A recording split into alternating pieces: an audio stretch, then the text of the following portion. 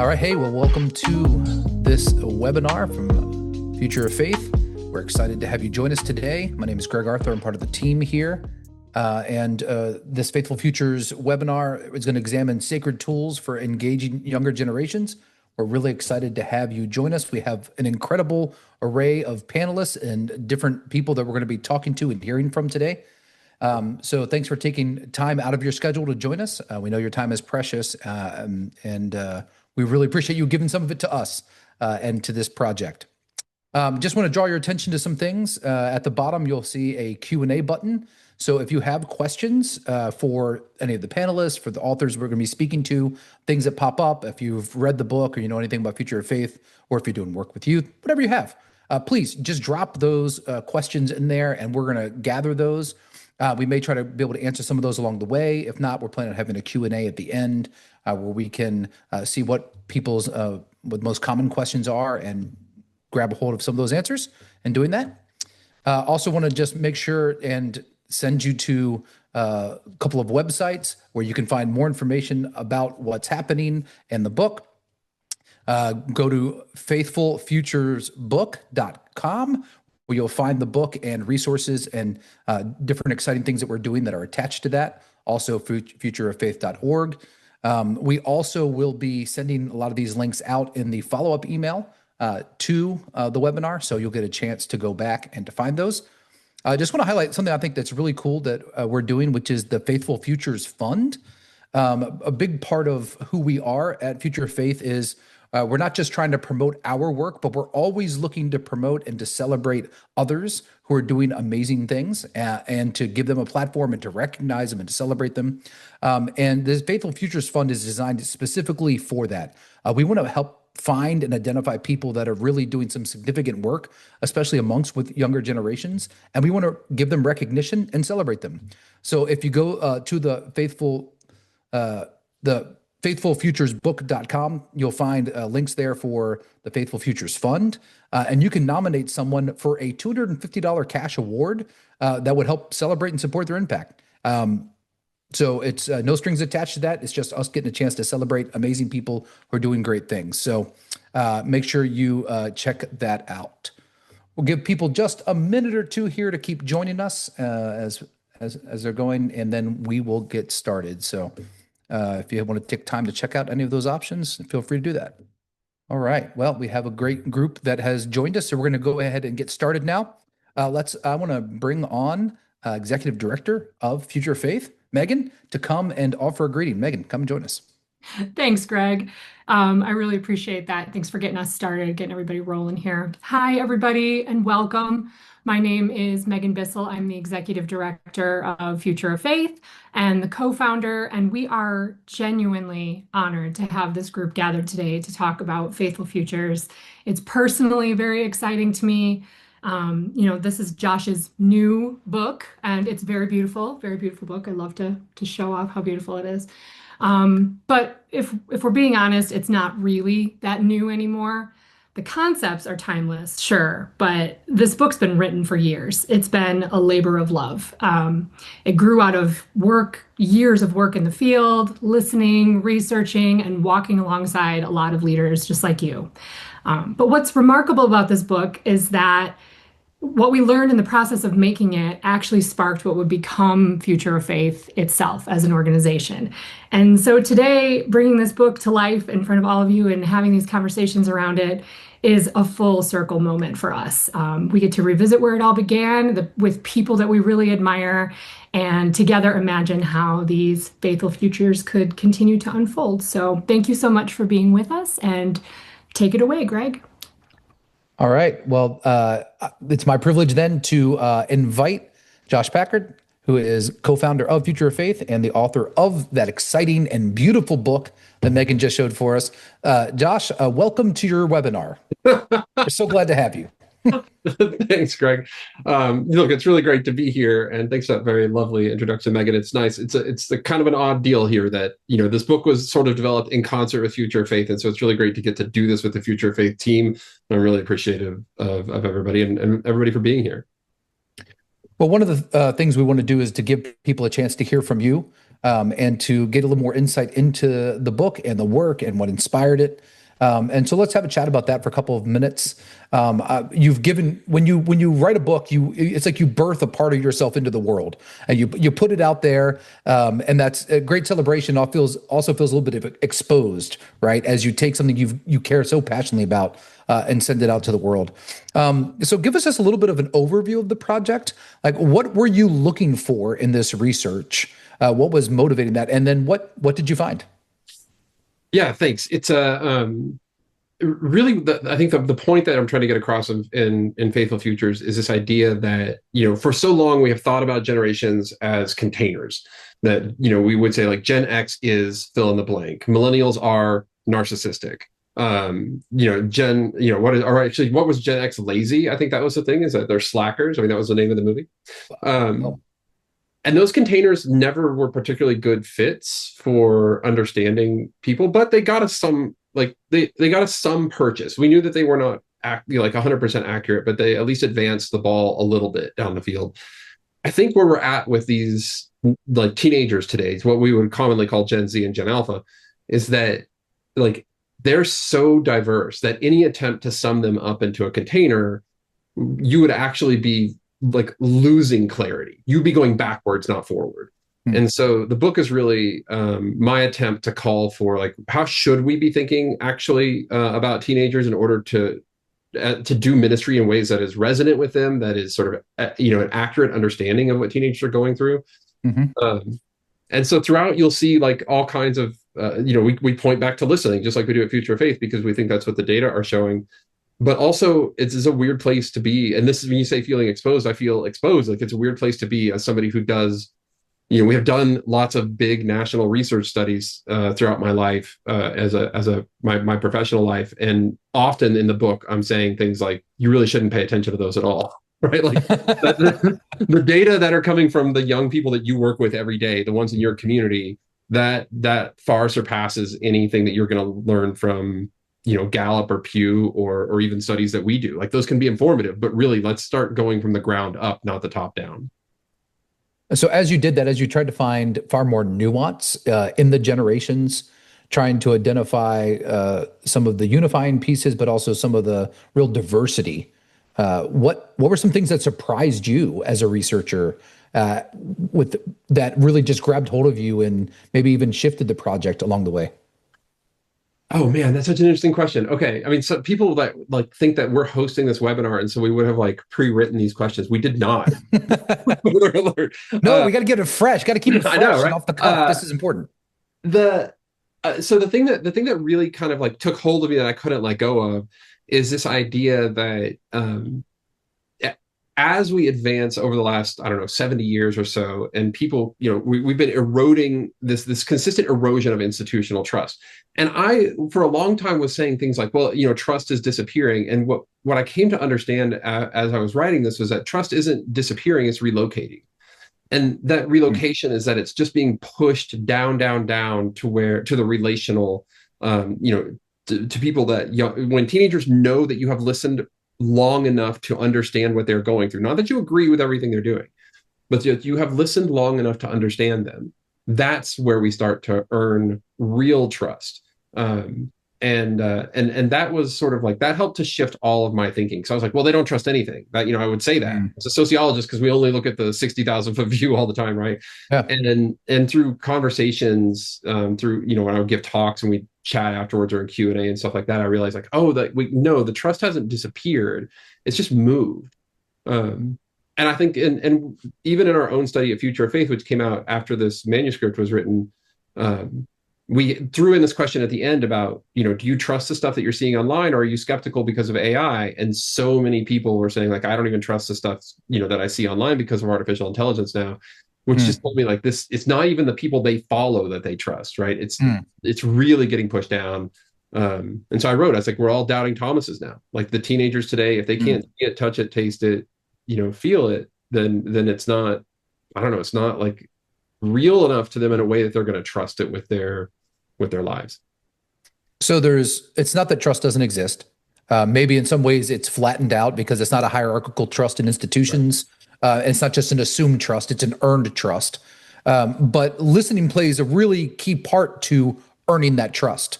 So how does it do that? Why is listening so key to developing trust? If that's what it takes, if it's localized trust, if it's personal trust, if it's a flattening of expectations for that, how is listening key to that? Well, I think this is where young people have been really consistent for a long time, and I don't think this is it. This is what I mean by like not trying to pigeonhole these groups of people in between two arbitrary birth years, because this is a trend that's been forming for a really long time, which is that listening is critical in a world where everybody is talking and nobody feels heard. I mean, listening actually ends up like this like radical act in this world where it feels like everybody's shouting at one another all the time, and it's especially important in places where we get an opportunity to disrupt the power dynamic. And this is where I think it does matter that we're talking about teenagers. So when an adult or a pastor or somebody who does have an authority role, when they disrupt that and they stop talking and start listening, it conveys a sense of value to the young people in that equation. And I remember this really distinctly from when I was a professor and I was taking notes. I tell this story a lot. I was taking notes about one of my advisees, and she's like, "What are you doing?" And I was like, "Well, I'm trying to like remember the stuff that you say." And she's like, "Oh, wait, we write down the stuff that you say. Nobody ever writes down the stuff we say." Right? Like it totally shifted the entire like paradigm of that interaction, that I was actually paying attention enough to take notes on what she was saying, not just in the classic student teacher relationship. And so I think that becomes just this like wildly subversive in a good way, thing that you can do in this world that doesn't expect it. So there's the radical act of listening is transforming, right? It has a disruption to a culture of outrage, where everybody's yelling or everybody's platforming themselves. But if you're actually engaged in active listening, this now is almost a counter experience to so much of what's happening in other parts of life. Well, I think the reason why I say it's subversive in a good way is because it's in those moments that we're so challenging the norm of what they're used to, that really it moves from something that's sort of everyday and mundane and expected and into the opportunity for the sacred to enter in, that there's actually an opportunity for them to see God in a space. And I get like adults get really worried about listening to teenagers because if you do it for any length of time and they tell you some like wild things, like just they have ideas and thoughts and plans that are just like you want to step in and correct them right away, and I like I get that temptation, but teenagers have been telling us in so many ways, like when we talk and you listen, we don't think that you're condoning everything we're doing. And I had and multiple times I've been talking with teenagers, like just out in the wild, so to speak, or when I get the opportunity to give a presentation and they're in the audience and they say, a lot, I don't really even know how I feel about something until I talk it out. And so if adults could understand that a lot of what's happening when teenagers talk is like they're just working it out. They don't actually need or want you to step in, and certainly don't want it unsolicited to step in and correct in that moment, but they're really just looking for a way to get to chat and sort of bounce ideas off of people, and then that the ability to correct and like guide and all those things will happen later on. But it can be alarming at first because they say things that can be so far off the rails at times. But if we remind ourselves that so much of being a teenager is about trying things and experimenting, and getting into the process, then I think we can be a little bit more at ease with that. And this expectation that growing in faith requires this full participation in it. Yeah. And you don't do that merely by listening to others tell you what faith is. Right. It's not like, well, I've listened to all of the talks and received all of the teaching, now I have an active faith. Yeah. No, you may have some religious knowledge, but you don't have faith within that. So the ability to be listened to speak, to pursue, it is an involvement. It's a drawing you deeper into participation in that faith, which is essential for any sort of growth and development. I think that's so well put, Greg. I mean, you would never become like a good baseball player by reading books about baseball. At some point, you have to play baseball. I mean, I'm reminded of that really powerful scene from Good Will Hunting, when Robin Williams' character is talking to Matt Damon I think it's on a park bench, and he said, you can read all the poems you want about war, but if you've never been in war, right? Like, you can read, you can listen to and other people talk about loss and death, but if you've never sat next to your wife as she, is fighting for every breath, like, you don't really know what this is like. Yeah. And I think that's exactly right. I mean, you can listen to all the adults tell you what faith is, but until you start poking around at the messy edges, what do you really know? And that's what teenagers are doing all the time in all the other parts of their lives, as they try new hairstyles and they, think about what they want to be when they grow up, and they date different people and those kinds of things. Faith falls right into that paradigm. So you've written a book, you've done all this research, you've thrown it out into the world. What are some of your personal hopes with this? What are some of your dreams for the impact it can have beyond? I know you well enough to know the purpose of this was not, I'm going to sell a lot of books. And this is going to platform me as the guru of listening. That was not your goal. There was a far bigger hope for it. So how would you articulate that? Well, I hope the book does a couple of things. I mean, I hope this work does a couple of things. I hope we can start thinking about teenagers differently. Towards the end of the webinar here, we're going to be talking with Wes Ellis, and it's this idea that this incarnational approach to what teenagers are, that they are worthy of your own attention right now, today, as they are. They're not worthy for who they will be later, but I hope we can start to encounter them in that moment of really honoring who they are as teenagers. And I think that this can contribute to that paradigm shift in some way. But also, it's this really weird thing. It's a book primarily written for people who are doing active ministry with young people. And at the same time, I think that the people who are doing that work will hopefully read this and flip through it, and they'll get an idea or two, or they'll take it away. But I think mostly what they're going to do with it is that they're going to take it and they're going to hand it to their boss, and they're going to say, now can I please just get on with the work that I've already been doing, that I know is so valuable, that you won't let me do, because their bosses want them to log office hours and stay on campus and be at the church. And I think a lot of what this research shows is that we got to go meet young people. It's not waiting for them to come in or back in, is not going to work. Well, I think you have certainly created a great resource, and it's a really helpful tool for practitioners who are actually trying to do this work, for thinking about how to do it better, and for rooting it into their own faith expression, which is great, because now we want to actually talk to some people who are trying to implement this.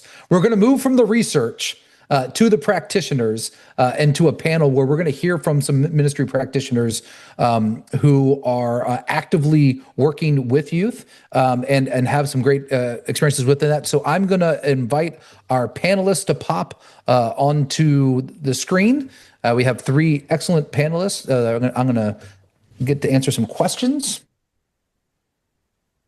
There's one, there's two, there's three. All right. Now we're cooking. Okay. So we have three great panelists, and I'm going to let them do just a little introduction of themselves when they first pop on to answer some questions, just to tell you their scenario.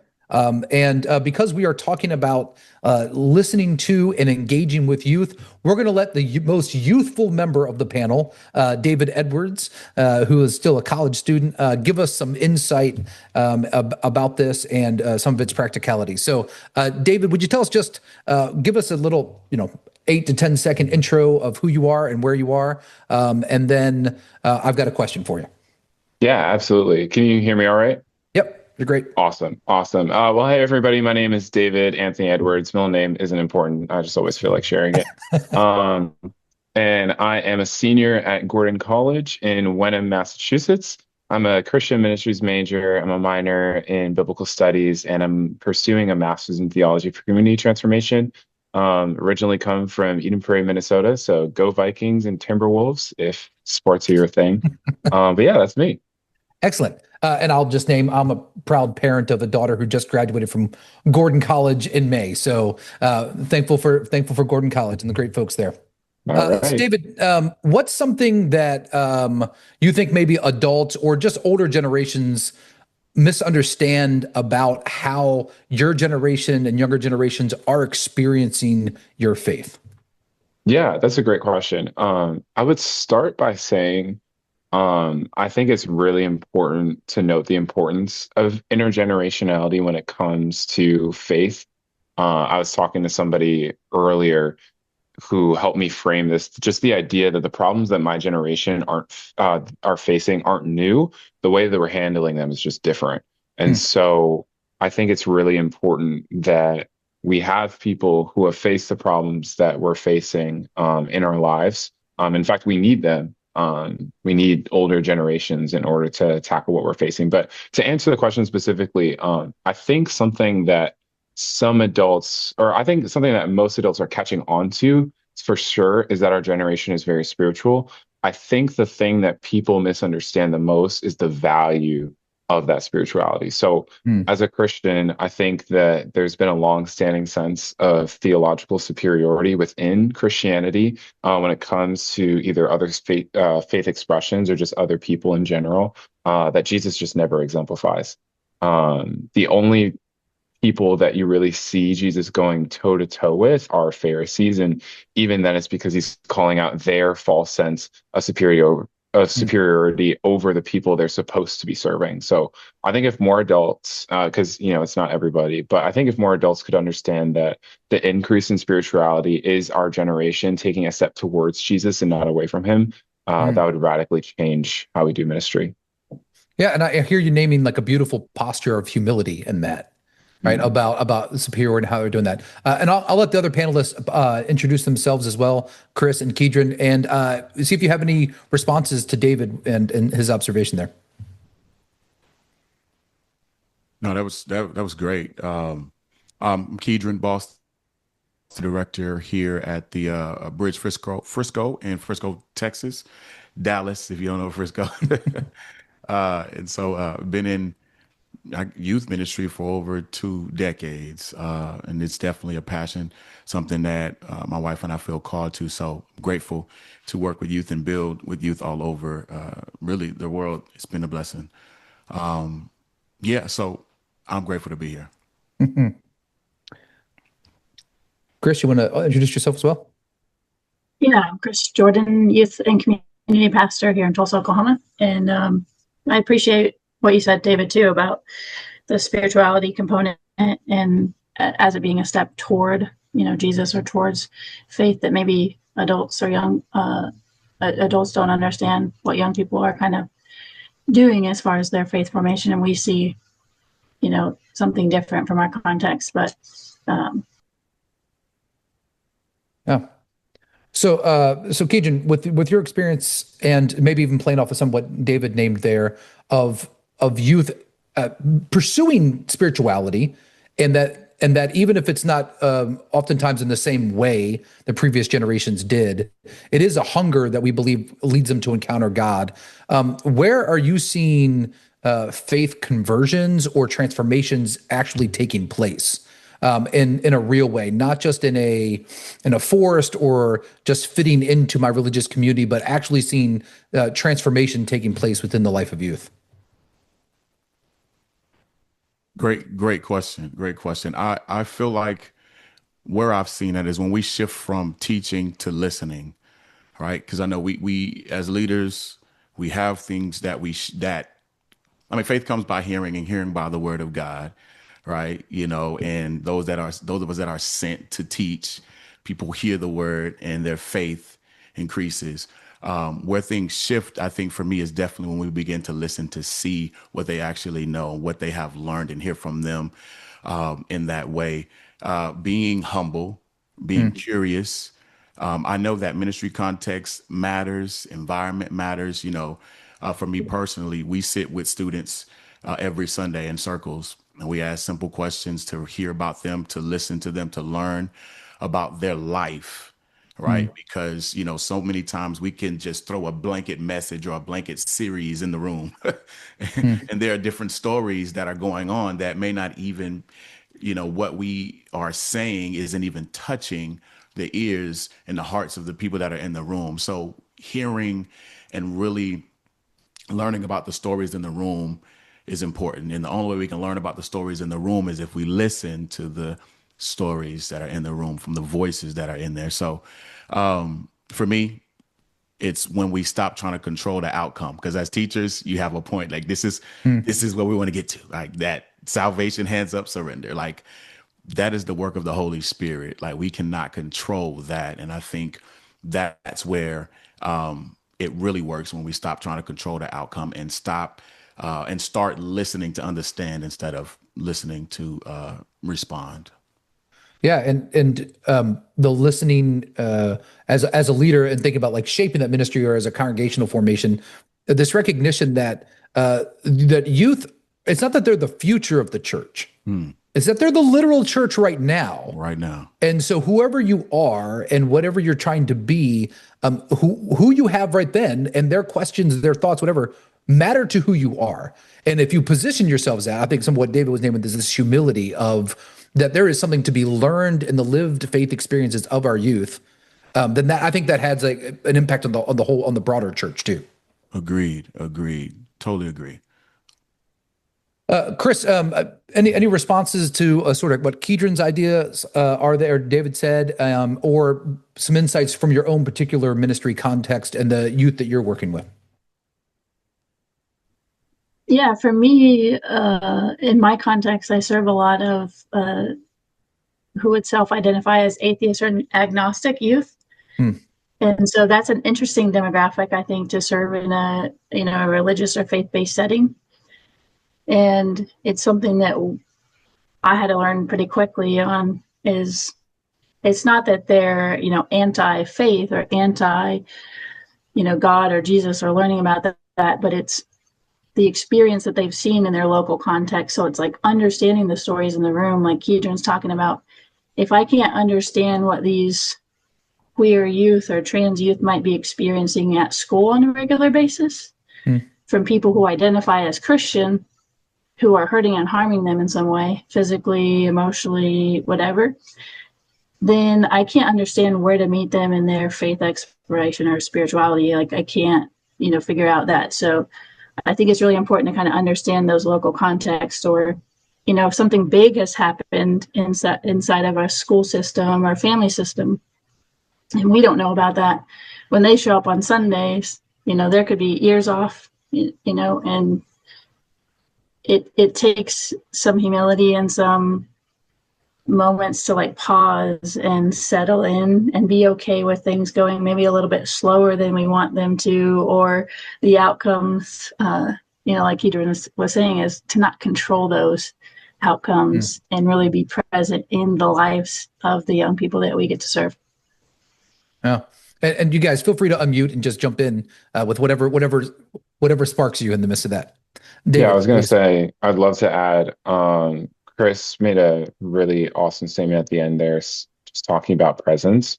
I think, and I'd seen a question in the chat too. I'm sure Megan absolutely answered that perfectly.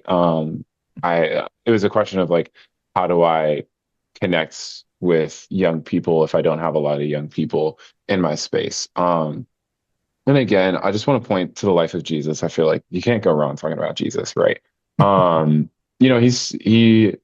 He could have come to the earth as Lord knows what. God represented himself in clouds, in donkeys sometimes, and an audible voice, whatever, but he came as a baby, one that was wholly dependent on a woman. And I think that's significant. And then he spent 30 years not doing anything in terms of public groundbreaking ministry. And I think that and then he spent 10% of that time, right, like actually speaking and going out, and then it ended in sacrifice. And I think ended in sacrifice and resurrection. Let me get the whole gospel there. And I think that blueprint is really significant. It's like, if you want to reach young people, if you want to connect with young people, or just people in general, I think it's like how much time are you willing to spend? Because the Great Commission isn't about converts, it's about discipleship. And then also, like, what spaces are you willing to enter? Because like Kris said, it's about presence. And even like what Keedren said, it's about like hearing stories, right? It's like you can't, kind of like the whole premise of Future of Faith is just the idea that like you can't learn everything that you need to know from a Gallup study. You have to have presence in space with the people that you're trying to reach. I think I'm kind of just circling around this point that it all like comes down to like, okay, like how did Jesus live his life? And Jesus lived his life with presence. He lived his life with humility. It was wholly incarnational, and it was self-sacrificing. And I think those things, there's definitely more, but I think those tenets of his life are how you really incarnate yourself into the life of the youth. Yeah. That's really good. That's really good. I'm also thinking about testimonies too. Like Jesus also shared stories, and I know I've seen personally, and myself either just telling what God has done as well, right? Because our testimony is very important, and I really try to do my best to help young people share, like know how to share their testimony, how God has changed their life, because ultimately that's how they overcome, by the blood of the Lamb, which is already done. The finished work of Christ is already done, and the word of our testimony, right? So it's like Jesus did his part. Now our part is to tell somebody about what he's done for us personally, because that's the thing. If God has brought me out of depression, anxiety, if he's brought me out of just being XYZ, right? I can share that, how I have overcome, with someone that has maybe dealing with that. And so those shared real stories help as well. So I just want to add that this is good. That's really good. Yeah. Kris, I've loved that you named that the youth you're working with, maybe ones that are traditionally are found outside of a normal faith community. They're the youth that maybe have felt excluded from or left out of other faith experiences. What sort of misconceptions do you find working with that group that people maybe in a faith community would have about what that work is, or how to be present for a different group that people may not encounter as much? Yeah, that's a great question, and it kind of goes back to like Keedren's point, like the way that he's describing like the testimony and all that. That's language that I could hear, and in that exact way, maybe some of my kids wouldn't be able to hear that, but they can hear that your story is sacred, right? And so I can meet them there, and then maybe at a later date they can get to the point where they could change that to have or incorporate different language that's more, religious in context or Christian in its orientation. And so I think the maybe a misnomer or whatever that I encounter the most is that they really have a lot of reverence with the stories that we present, or with the engagement in like a scripture or a biblical narrative. Once that listening component is there, if I've listened to them and I've heard them and I've met them and I know where they're at, they can engage in that story. And if they don't necessarily digest it in a way that they would, walk out of that space and say, I'm a Christian. They know that they belong and that they matter and that their story is sacred. And because of that, they engage in a way that I think is maybe more of like the planting the seed type of thing. So, we may never see fruition as far as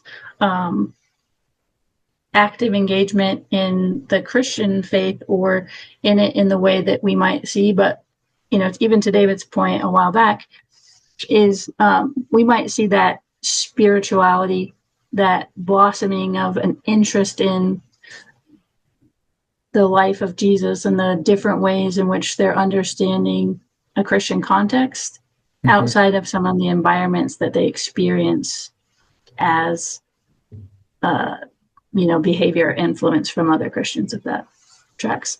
Yeah, well, and just sort of wrap up some of the themes I'm hearing from this of like, if we're going to follow like what David's calling us to, right? Like, okay, well, let's simplify it. Like, how did Jesus go about embodying good news, right? What was this incarnation, the word become flesh, and being present with people, and this ability to make them feel valued and seen, and how that, even as that was in itself a reconciling and healing work, especially for people who weren't seen or heard, who weren't touched, the untouchables and the excluded from that. And so that's a really beautiful way of describing that, Kris, and thank you. Well, this is all the time we have for the panel. You guys have been awesome. Thank you so much for your insights, and maybe we'll bring somebody back on later in our Q&A time to answer. We're getting some good questions, so keep firing away questions. If this has sparked something for you as watching, please fire those away. We're going to try to come back on and get those. So I'll say goodbye to you guys, and I am going to welcome Josh back, and he's got a special guest. Yeah, thanks, Greg. That's amazing. I see some questions coming in the Q&A, and we're gonna certainly address those later. But we've done the sort of sociological. That's the book. That's the only thing I know how to do. So if I'm on screen, it means we're going to talk sociology. And then we've done the practical, the sort of right down to the ground level here. With that amazing panel. Those are such incredible. I mean, the only sad thing to me about doing webinars is that you can't give a round of applause for people, but please do in your own way, send something up to acknowledge the great discussion there. But I would be remiss if we didn't do something like about the theological. And I went back and forth about this when I was writing about whether or not to include theology. I'm not a theologian, and I don't really know even how that would work. And so I ultimately sort of mostly didn't go into that lane. It's not my lane. But my biggest regret is that I did not encounter Wes Ellis's work before I had submitted the final draft. So instead, we're just going to have Wes on right now. You can see him. He just popped on camera. Hi, Wes. And I've already alluded to some of what we're going to talk about. But Wes is a pastor at First Congregational Church at Ramona in California. He's a practical theologian with a PhD from University of Aberdeen, and has been doing youth ministry for a really long time. He has a new book out called Abiding in Amen, Prayer in a Secular Age. You should definitely go and check that out. It's incredible. Again, it's Abiding in Amen, Prayer in a Secular Age. We'll have that in the links for you when we send out the recording as well. But the book that put him on my radar was from 2024. It's called Youth Beyond the Developmental Lens. Being over becoming, youth beyond the developmental lens, being over becoming. Wes, thank you so much for joining us here today. Yeah, thank you. Thanks for having me on here. And I want to say I wish you had written your book just a little earlier, so I could have included some of your insight in what I was doing in the Youth Beyond books. So these books are kind of passing in the night, but I think they resonate with each other a lot. So yeah, hopefully it seems to me like they kind of rhyme, and maybe we'll write one together at some point if I ever learn anything else. I put everything I knew into this one book. I don't have anything left, but maybe I'll learn some stuff. Yeah.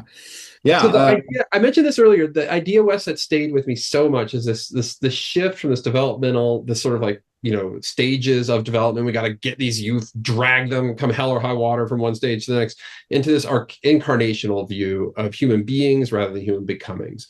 They already bear the image of God where they are right now. And could you just sort of unpack that a little bit for us and what it means for how churches engage teenagers today, or should be engaging them? Sure. Yeah. Well, I think just to name a problem that I've seen, I think there's a lot of theological confusion around youth ministry, has been for a long time. And I think a lot of it does come from a kind of anthropological problem, a problem in the question of what it means to be human, that I think is also an eschatological problem, a problem of what God is doing, where God is leading us. And in essence, I think what we've really succumbed to is a developmentalist understanding of what human beings are and who we are, that tends to reduce people to their potentiality, and young people in particular to a kind of deficit position, as the less adult, the less mature, and maturity itself kind of has a moral judgment built into it. I think what we've done is placed everything on a scale of improvement. That's what I would define developmentalism as, is in general, it's a way of viewing history that sees everything as either improvement or decline. And that, I mean, we see this in the markets. If you just Google the word developmentalism, you're not going to find as much theological content or sociological content as you will economic content. We talk about developing nations and things like that. Really, we don't have a concept of movement, the kind of movement of the spirit we see in scripture, where the wind blows where it will and we don't control that. All movement is either improvement or decline. And so you've probably heard if it's not growing, it's dying. This is kind of our mentality about everything. And it has to do with, I mean, there's a lot of factors that go into this, but it has to do with just kind of the basic understanding of the world and how it operates in modernity. And it's in that soil that youth ministry has kind of grown and developed as a discipline. The problem of adolescence enters the scene, and all of a sudden we're thinking about human beings as developing into, in stages of spiritual maturity. And I think that really hampers what youth ministry really is. We get caught into thinking that youth ministry is about developing young people into mature Christian adults. That becomes the problem of youth ministry.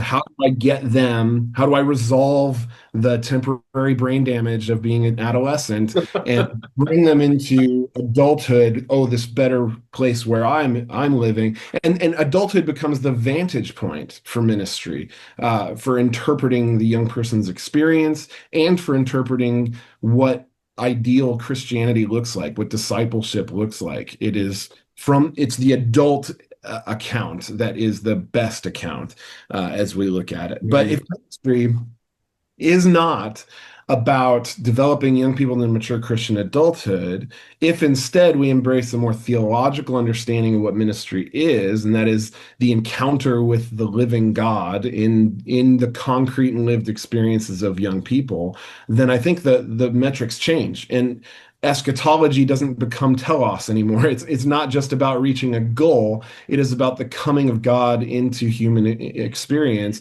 It's about worshiping and encountering a God who is enfleshed, who is incarnate, and therefore encountering God in the concrete and lived experience of human beings. And that's what makes listening really the fundamental aspect of ministry. Listening becomes our primary role, because the goal is not to influence or to get young people from point A to point B. It is instead to listen to and see God's self-disclosure in another person's experience. I just think there's so much that can come in youth ministry if we're able to make that kind of shift and imagine that young people are not, that ministry isn't about becoming, but being, and young people aren't human becomings, but human beings, which is a phrase I actually get from Jens Kortrup in the discipline of childhood studies, but one that's really become central for me in how I understand ministry. I love that. I mean, there's so much that's really useful there. And the reason that I so resonate with it is it felt like it sort of felt like somebody not illuminating the part of the room that I couldn't see, but like showing me that there's a whole other room in this house that I never knew. I was like, oh, we could do things fundamentally differently. And a lot of what you're describing there, like I think about the Catholic concept of accompaniment. I mean, I think about Imago Dei, and like that's why our sacred listening theory starts with the theological posture of seeing the sacred and divine in others. But like aside from, you used a lot of really, this is why you're here. You're a theologian. You use like eschatological and telos and like all this really great language. But you also are doing youth ministry, as I mentioned, on a daily basis in Ramona. So can you just share a story, like just a brief story of like what happens when we shift into this incarnational mindset when it's lived out in the life of a young person? Yeah. Well, I appreciate still being seen as a youth minister. I still see myself as that, even though now I'm a senior pastor.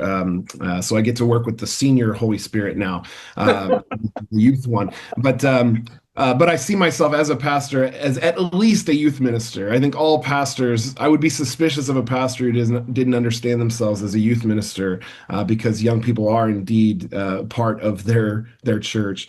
And so, but yeah, I am drawing on a frustration I've had in ministry for a long time.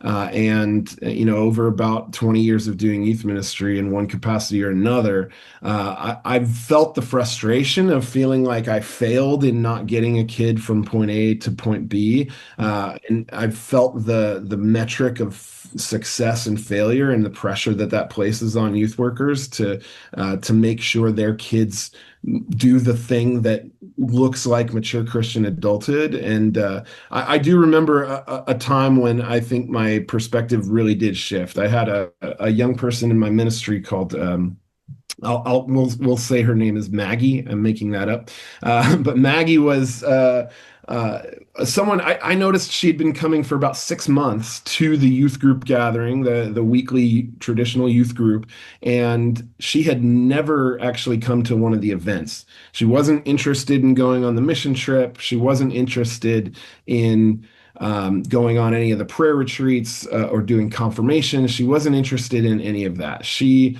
just kept coming to youth group. And it took me 6 months to actually pause and ask why she was coming and what she saw there. And that question in itself, I think, is a shift for a lot of people, just to, do we actually pause and ask, like, why are young people even here? What is the thing they're experiencing that has kept them coming back?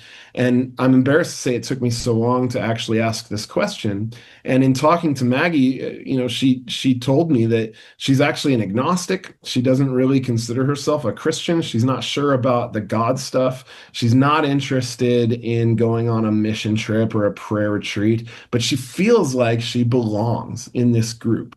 She felt a sense of belonging.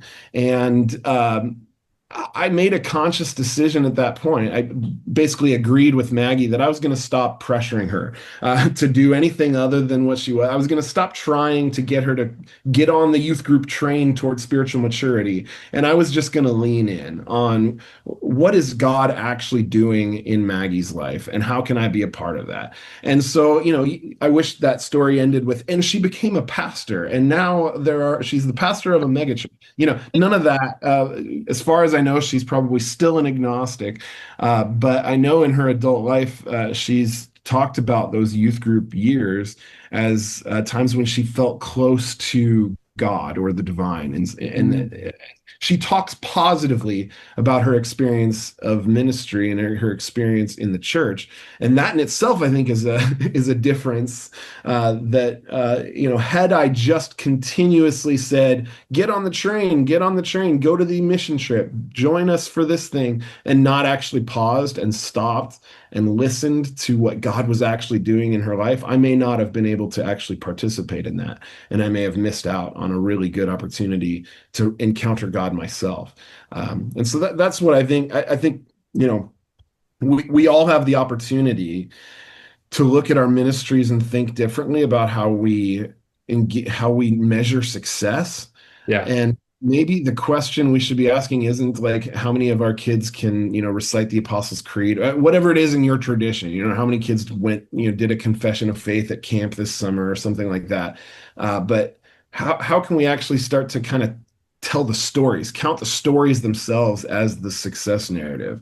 Right. And not just stories of those young people who made it and became the mature Christian adults we want, but the stories of young people who showed us a different way of inhabiting this faith and living in Christ than we had possibly imagined before.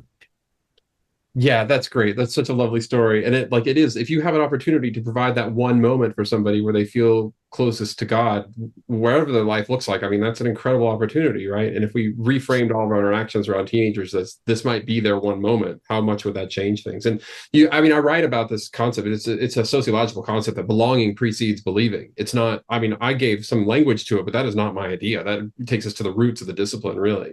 So This thing that you're describing, that you're not really going to get to a durable sense of belief if you don't craft some belonging first. Wes, we have just like one more minute here. This is something that's important to you, and so I want and to me as well. But you were gracious enough to write a review of Faithful Futures for some academic journal. We'll see where it ends up landing. But in that, you sent it to me, and you raised this really important concern about the potential in like as we call for listening. And Megan and I have actually even already started to make this adjustment. But it doesn't show up in the book. And so please just give some voice to the ableism that can come through when we focus so much on like listening, especially through the lens of like active listening. Can you do this in like 1 minute? I can try. Yeah. Well, something I notice is I'm glad to see there's a lot of voice given to storytelling and giving young people opportunities to give testimony. I think of Mandy Drury's work. Amanda Drury's Saying is Believing is an excellent book. But I think we need to pay just as much and closer attention even on how we do that listening. So in my book, I talk about the practice of story listening. It's a made up idea, but the idea is how do we actually think about how we listen? Because just giving young people an opportunity to speak isn't enough. We need to be really conscious of the assumptions that we are importing into the listening process, that we are smuggling in, and are we listening for a thesis to be proven? And I was maybe too hard on you in my review. I think it was totally called for. Yeah, there's moments where we can undermine our desire to really listen carefully by assuming what our role must be later once we've listened. Now we start to guide, and we always, all of us want to have some role in kind of helping and guiding along this path and coming alongside young people. But sometimes we just need to be careful that we're listening to young people to be our teachers for what their maturity will look like, and not assuming that. So assuming certain things about what their ability to, I guess what I was concerned about is moments where adult understandings of what it looks like to engage in the world also end up being kind of ableist understandings. The assumption that someone needs to shake hands and make eye contact can be really dangerous for a young person who is autistic, for example, and for whom maybe that's not the way they inhabit the space. And so I that's all I wanted to draw attention to, is that we need to be able to name our own ableist assumptions, and the ways that a kind of understanding of normalcy can be the backdrop of our understanding of what it means to be human, and the ways that can exclude and create, again, what I call developmental refugees, people who don't fit the mold and don't fit the standard and are thus excluded. Yeah, I love that. And thank you for doing it. I mean, this came on my radar for the work that my wife does with a lot of youth who are in trauma, and thinking through the lens of like, well, what does it mean to listen well to a kid who's in trauma? And you're right, like making eye contact and like telling, tell me now how you think about God would just be the most intense. It would shut down the conversation, immediately. Right. Thank you, Wes. This has been amazing. There's some good stuff in the Q&A. We'll make sure that Wes gets those, and so he can we'll make sure we get a chance to respond back to those. But I'm going to bring Greg back on here so we can get to some of the other questions and let Wes drop off for a second. Greg, what are you seeing in the chat? This is such a we got some great questions. Thank you for really thinking through this. I want to bring Keedren back on because there was a question specifically addressing him, and I think he'd be great at answering this about. Does Keedren, anyone else in this webinar have any resources on how to help youth share their stories / testimonies in helpful, healing ways? And I am absolutely confident that he's got an answer to this. So go ahead, fire away. That's a great question, and I'm so grateful that it's being asked, because I think it's important. One of the things we do every Sunday, and this is from kindergarten, maybe even preschoolers, 4 years to seniors in high school, where we sit in a circle and give everyone an opportunity to share. Everyone in the circle is equal stake. Nobody is sitting at the head of a circle, right? That's impossible, And so we sit. One of the things to answer the question directly, one of the things that we've done to do it in a helpful way, I asked a question, and it's evolved. what was the best part of your last week? This past week, what was the best part of this week? Now, granted, I understand that and have heard there are some things that students are like, there was nothing good about this past week. Right. I get that. Like, you know, but also understanding that an opportunity that the question was asked. Okay. Because their voice matters and their choice matters. Some don't share, may not share, but they're hearing. And what it does is allow them to start thinking and start looking for light, start looking for the things that are positive or good. You know what I mean? And so even for us, it's like, I got breath in my body. That's good for some people. And some are like, listen, I could care less than that. I understand that there are different levels and not try to control the outcome of that, but still pose the question and allow them to start thinking and give them a path to look for light. And that has evolved to now, of course, we're at a place where we're asking, where's the praise report? Because now they're giving God glory for it. Now they're saying, God allowed me to see this. I got a little bit more rest this week, or, I was able to get through this hard season of testing, or summer. I went with my friends or family, and they start looking for light. And that has allowed them to, allowed all of us to hear from each other. And then also giving them practice to be able to, as I said, to look for the light in their life. And that's been healing for not just them, but also the other listeners that are a part of that. So, Keedren, I love this. Josh. I could just say, like, I think you and I talked about this in the first season of the Future Faith podcast, and so I love this story. That's why I wanted you to answer this, because one of the things I think that's like implicit in there is that when we think about getting young people to tell their testimony or their story, we often think is sort of in this thing that Wes is arguing against, which is that like distinct beginning, distinct middle, and distinct end. Okay, we're done. Yeah, and the reality is, like, young people are like building these things in drips and drips and drips, Sure. right? So that's part of the reason why I wanted you to talk about historical type. So thank you for that. The other thing I'll toss out there is that we profiled loads of these things in our newsletter at Future of Faith. So if you want to go and sign up there, but also the Lilly Foundation is going to be funding like $250 million for Christian storytelling over the next 5 years. And those will start rolling out in January. You can see some of those other places online, but in a big way in January. So there's gonna be a lot more to come in terms of resources for people who are trying to get folks to be able to tell their stories. Yeah. Thank you, Keedren. Yes, sir. That's great. Appreciate it. All right. So another great question here. We got some good ones.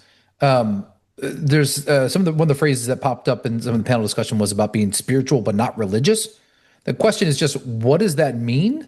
There's been a lot of sociological study right now around the nuns and the duns and where people sort of identify spiritually. Can you give us some sociologist knowledge here about what that means, about how people are identifying in some of those categories? Yeah, I think to me, I read this very clearly as like, religion is institutional. We don't trust or like institutions. I don't want to be associated with anything that's institutional. I don't want to give the impression that somehow all these teenagers who are saying that they're spiritual are also substituting as a one-to-one for like the unified Christian singular God, Jesus figure. I mean, some of them are interested in spirituality beyond those bounds. But I think that's a lot of what we're picking up in terms of the rise of people who are calling themselves spiritual but not religious. What we're really seeing is like the echoes of, anti-institutionalism. Yeah. And so that means we have to approach that conversation a little bit differently. And we've even seen like Pew and others are starting to release like spirituality reports, not just religion reports, which they've never done before because they're picking up on the same trend. So it is real, but I think it's largely the result of something else that's happening. It's not that people are necessarily saying, no, thank you to a Christian concept of God. They're still interested in exploring all of those concepts. That's great. There's a bunch more questions, but we're wrapping up our time here. So we want to make sure and honor that. Thank you, everybody who's been panelists and everybody who shared. Wonderful conversation, wonderful discussions.